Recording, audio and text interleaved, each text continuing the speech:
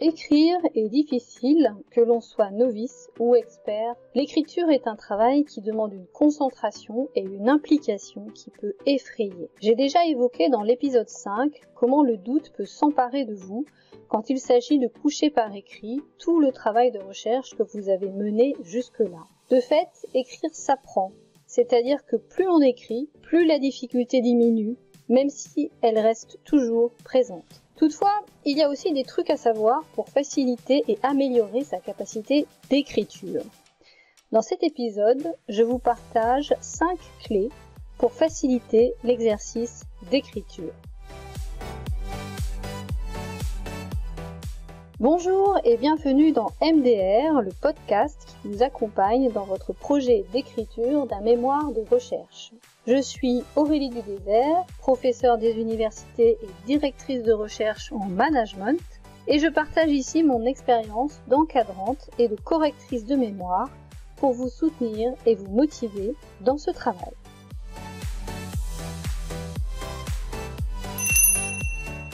La première clé pour faciliter l'écriture est de se créer les conditions pour être disponible d'esprit. On l'oublie trop souvent, mais on ne peut pas écrire efficacement si on est constamment interrompu par des SMS, des emails, des coups de fil ou des discussions. Dans la société d'aujourd'hui, on a l'impression que l'on peut faire plusieurs choses en même temps. En réalité, notre cerveau a beaucoup de mal à être vraiment efficace quand il est mobilisé sur de nombreuses tâches en parallèle. Et c'est particulièrement le cas lorsque l'on veut écrire. L'écriture demande effectivement de la concentration. Il faut donc que vous choisissiez un espace et un temps où vous savez que vous serez disponible d'esprit, au calme et prêt à réfléchir. Beaucoup de personnes qui écrivent, des écrivains ou des chercheurs ou des auteurs d'essais vous le diront, ils ont tous des habitudes différentes pour trouver cette disponibilité d'esprit et ce calme qui vous permet de véritablement écrire. Certains ont besoin de la nuit pour écrire et attendent que la vie autour d'eux s'arrête pour pouvoir vraiment se concentrer. D'autres, à l'inverse, se lèvent très tôt pour profiter de l'éveil. Certains ont besoin du silence total pour se concentrer. D'autres ont besoin d'aller dans un lieu public comme un café ou un parc. Peu importe les conditions qui vous seront les bonnes, ce qui compte, c'est que vous trouviez les bonnes conditions pour que vous ne soyez pas dérangé ou distrait de votre concentration.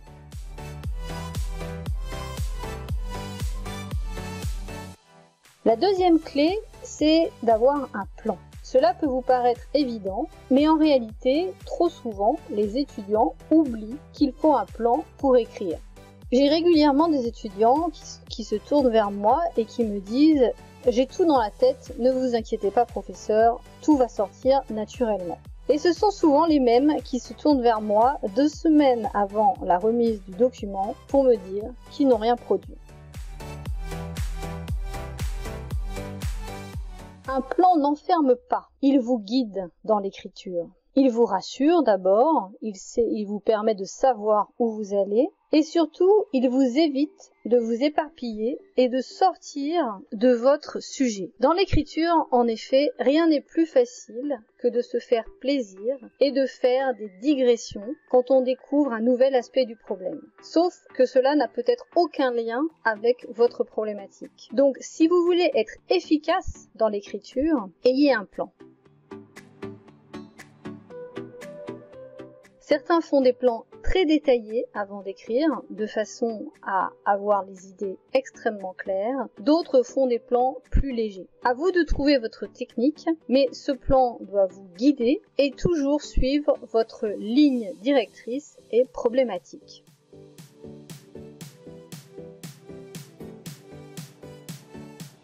Troisième clé pour réussir efficacement à écrire, la régularité.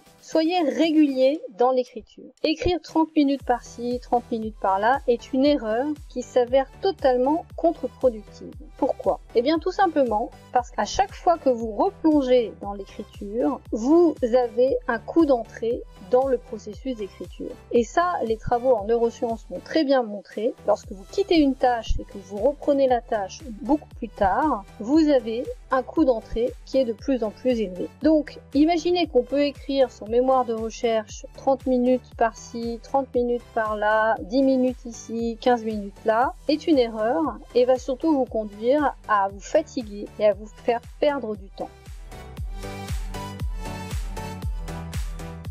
Pour être régulier dans l'écriture, fixez-vous une routine. Par exemple, chaque jour, vous dégagez 2 heures à l'écriture, ou chaque semaine, 3 demi-journées. Mais il faut être régulier et surtout déterminé sur le rythme de sa régularité. Attention aussi à l'erreur de se dire « je vais tout écrire en une semaine ». D'abord, sachez que c'est totalement épuisant et que vous allez sortir de l'exercice totalement rincé et que vous ne serez plus capable de faire quoi que ce soit ensuite. Et puis, sachez que vous ne sortirez que la première version de cette semaine d'écriture et que cette première version sera forcément moyenne, voire mauvaise.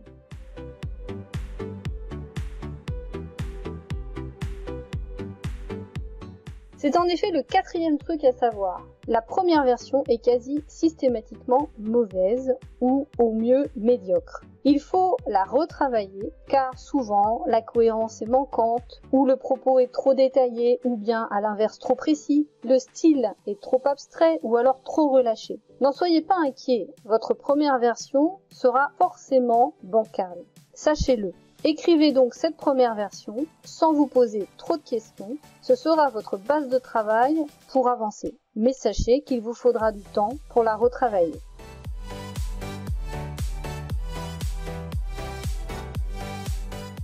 Cinquième conseil que je vous donne, sachez accepter et vous aider de la critique.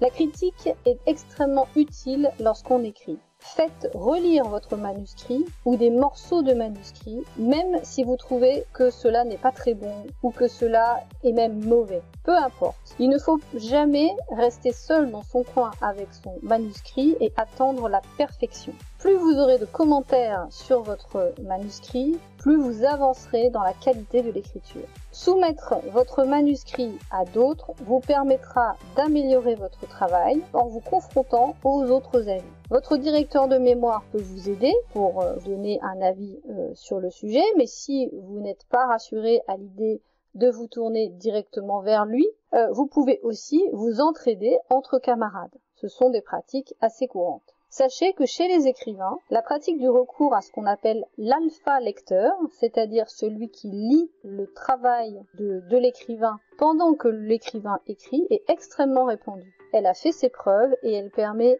d'améliorer très fortement, qualitativement, le travail.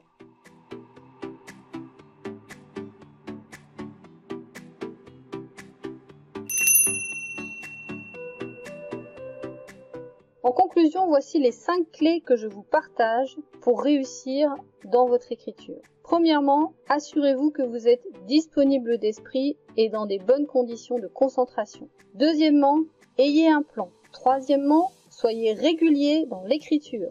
Quatrièmement, sachez que votre première version sera toujours bancale. Et cinquièmement, sachez accepter et vous faire aider par la critique.